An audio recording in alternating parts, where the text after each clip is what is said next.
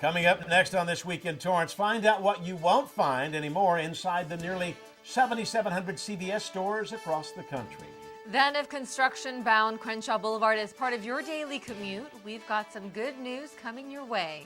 Plus, motorists driving too close to bicyclists could mean hefty fines beginning in just a week. We'll tell you why. And stargazers headed to the Madrona Marsh to check out the view from this local gem. Find out what they were able to see just with the naked eye. These stories and much more are just seconds away. Your local news starts right now.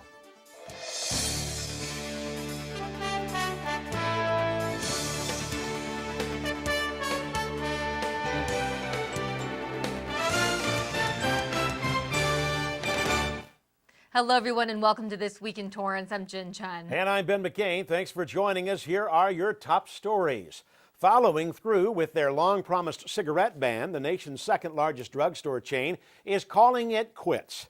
This week marked the last time cigarettes and tobacco products will be sold at CVS health stores nationwide, nearly a month sooner than planned.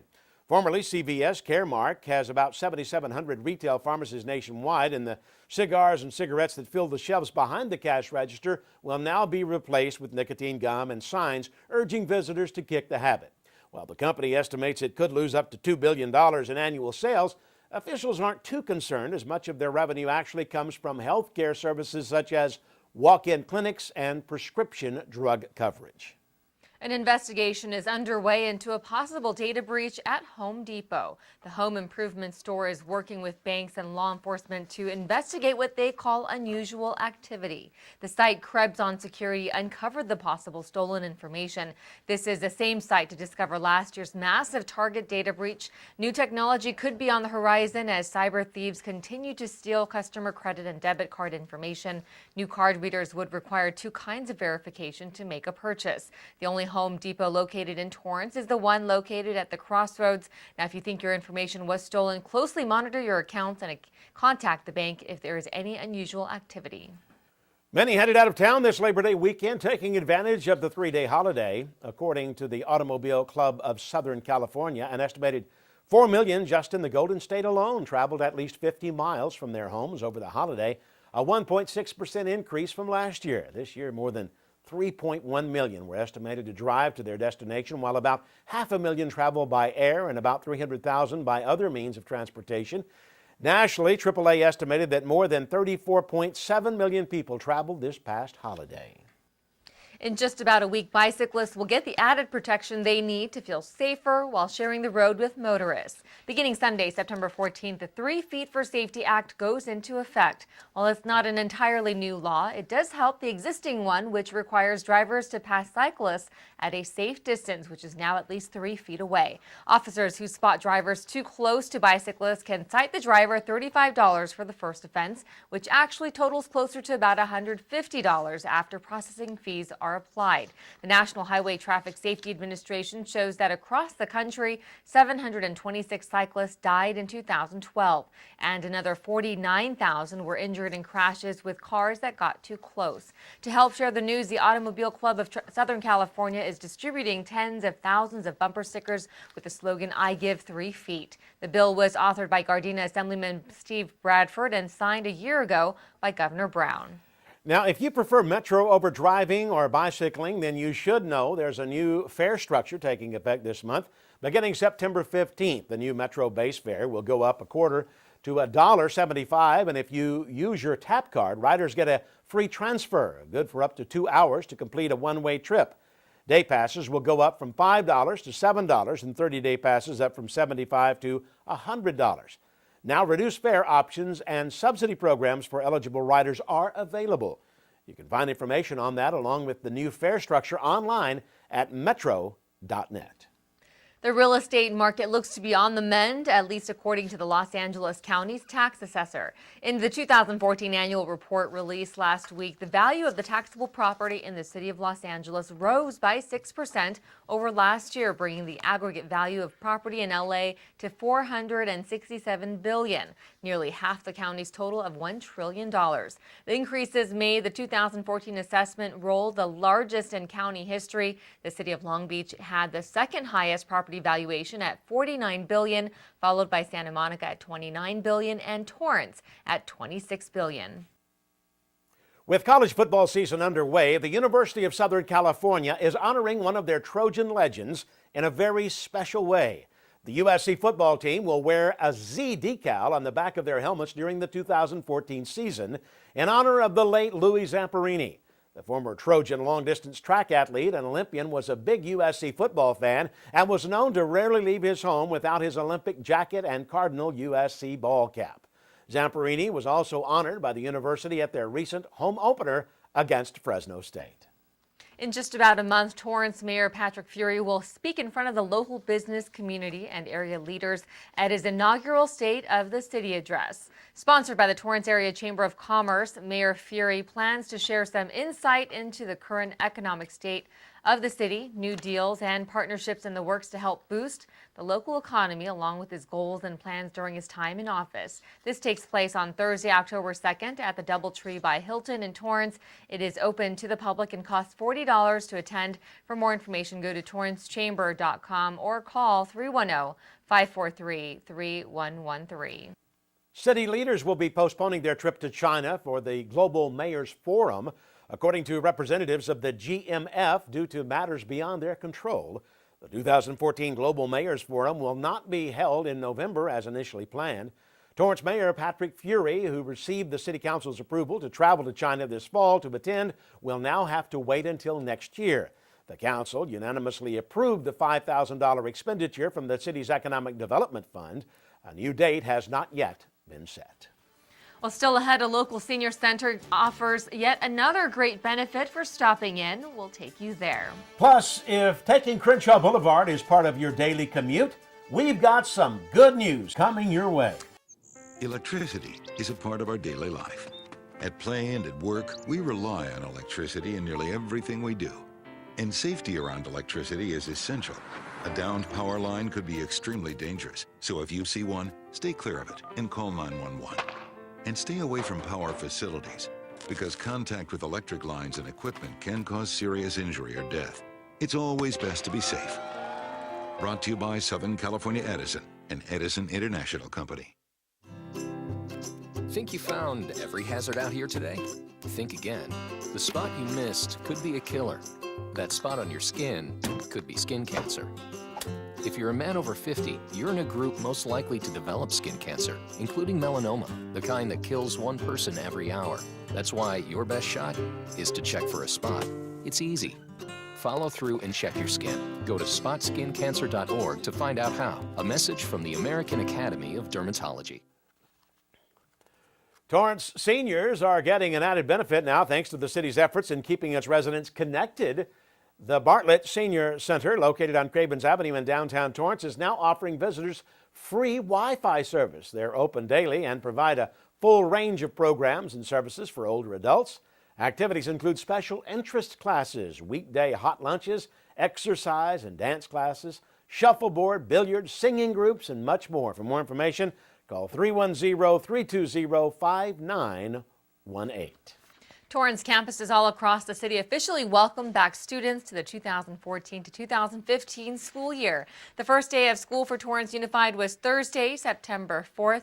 This year will be the first year Common Core will be fully implemented in all classrooms in every grade level. So far, 43 states, the District of Columbia, 4 territories, and the Department of Defense Education Activity have adopted the Common Core standards.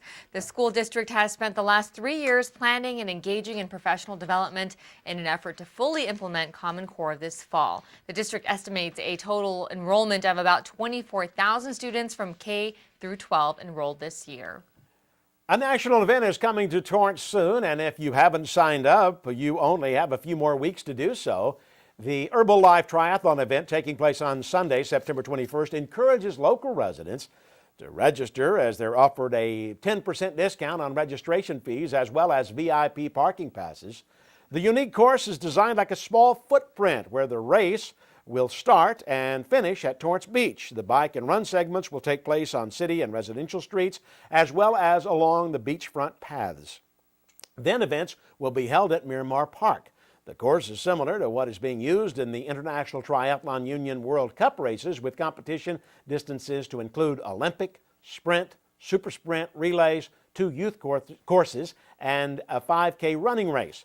For the first year of the new course, the race will be limited to 1,500 participants. To sign up, go to latriathlon.com. Traffic delays and noise may be the first things that come to mind when caught on Crenshaw Boulevard, but drivers will be happy to know it'll all be worthwhile once it's done. Amy Polby-Boone tells us more. Torrance commuters may already know that giving yourself extra time and patience during peak travel times may be the combination needed to get through this work in progress. The pavement hasn't been done since I want to say the 60s, and it needed to be rehabilitated and replaced, and as well as for the landscape. This half-mile stretch of construction will soon turn this popular street into a nicer commute for travelers. Well, number one, it's going to be a much smoother ride, for sure. I mean, you're not going to have potholes. Workers have cleared out the landscaping, and the next phase is already visible as they prepare the pavement and landscaping with clean soil and place dozens of garden boxes alongside the curb. A new 405 South freeway signage is in place of the smaller, outdated version. And several cracks that were located in different places in the street that posed a major risk to drivers and their vehicles were replaced with new pavement. Although there may be some inconveniences now alongside Crenshaw Boulevard, the benefits will soon come. Talon Khan, whose martial arts business is in the middle of the construction, says that the benefits will outweigh the disruptions. Just the visibility, I think, has been much better since they took down those other trees that were there. Other trees were leaving a mess, too, on the ground. They were just falling all over the place. But, yeah, it's going to be a lot better now, I think, with the new plants out there. While the construction has impacted dozens of businesses and thousands of commuters, work is expected to wrap up by October 2014. This project was administered through Caltrans and is already 60% complete. The planning process started back in 2011. It is a fully federally funded project, and construction is currently on budget. The street needed to be improved. Reporting in Torrance for CitiCABLE, I'm Amy Polby-Boone. Thanks, Amy. The work began in April and hopes to be done by no later than October this year. For more information on detours available or questions about the project, call the Torrance Public Works Department at 310-781-6900.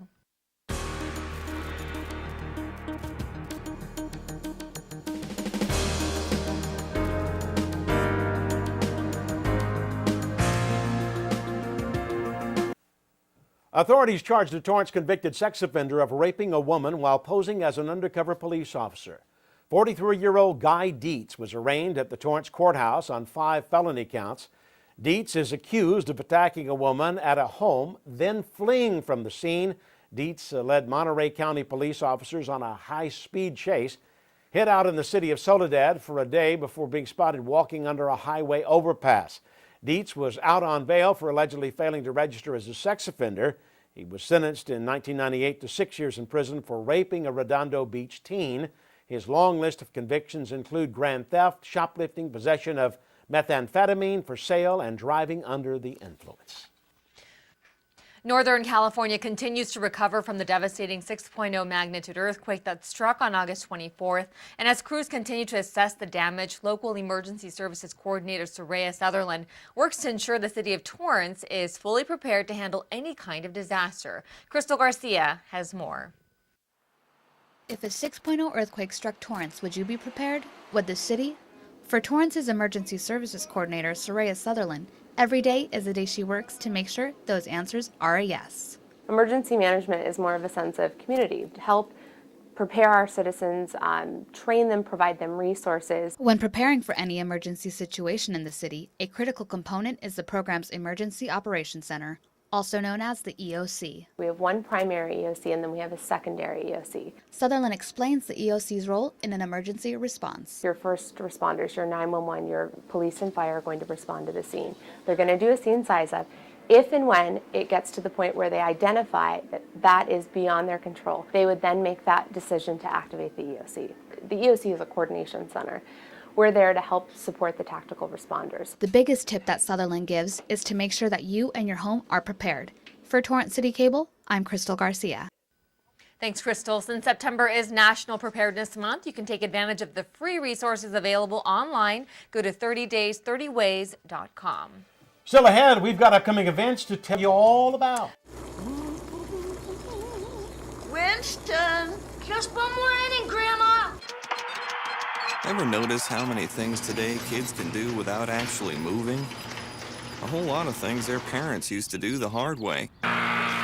So many kids' activities today seem to leave out the activity part, which makes exercise even more important for children.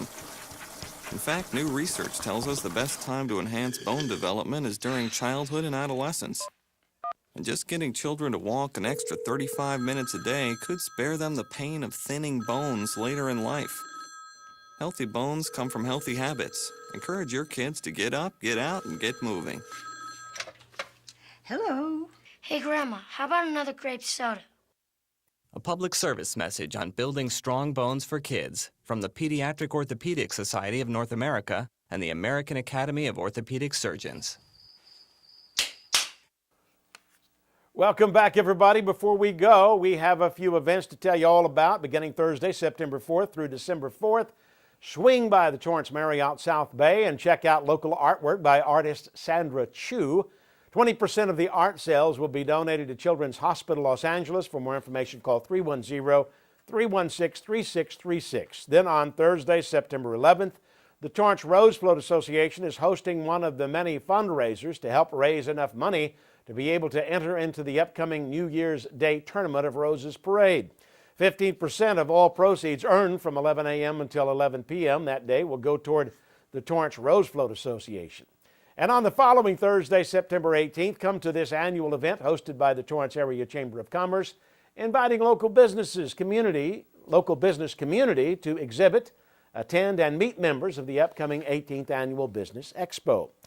Taking place at the Torrance Cultural Arts Center from 4 to 7 p.m., this event is free and open to the public. For more information, call the Chamber at 310-540-5858. Many gathered at the Torrance Madrona Marsh to take a closer look at the stars and planets, and it turns out it doesn't take much to see the beauty that lies in the night sky. Amy Polpy-Boone tells us more. Paul Livio's passion for studying and teaching the stars of the universe started in junior high, following his curiosity of space travel.